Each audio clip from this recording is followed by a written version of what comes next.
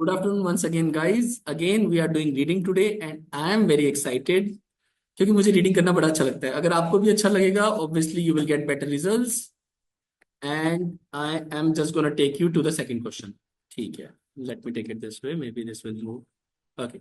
I hope this is visible to everyone. So I'm taking the second question of the day. Now, see, these are the questions. I say the notice is giving information about.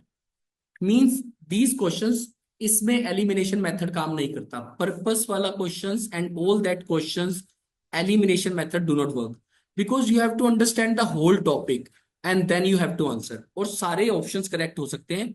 आपको overall topic का बताना है कि what information is it giving. So let's read.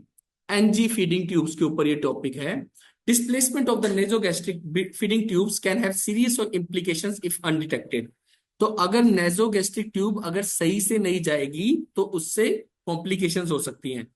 Incorrect position tubes leave patients vulnerable. So अगर positioning सही नहीं हुई तो ऑब्वियसली पेशेंट को risk of regurgitation, respiratory aspiration ये सब हो सकता है.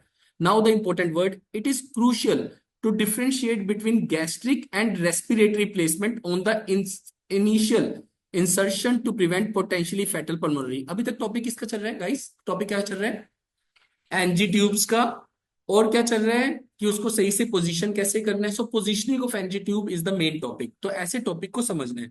तो अगर मैं एग्जैक्टली क्वेश्चन को पढ़ूं, the notice is giving information about NG tube placement. और अगर फर्स्ट थ्री लाइंस पढ़ो तो एनजी ट्यूब प्लेसमेंट को अगर सही से नहीं किया तो it can lead to complications. Insertion and care of the NG tube should therefore only be carried out by a registered. Therefore word in these questions is very important. क्योंकि overall paragraph का motive क्या है?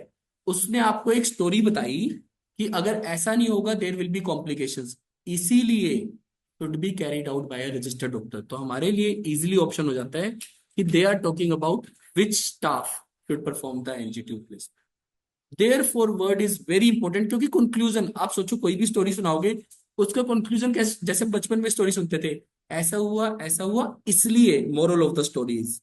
Therefore भी यही काम करता है. Therefore only carried by a registered doctor who has this and is deemed competent. Assistant practitioners and other registered staff must never. So overall story बताने का मतलब ये था कि ओनली रजिस्टर्ड डॉक्टर्स करने चाहिए, क्योंकि अगर वो नहीं करेंगे तो it can lead to potential hazardous situation. Now coming to the basics again. LY word eliminated.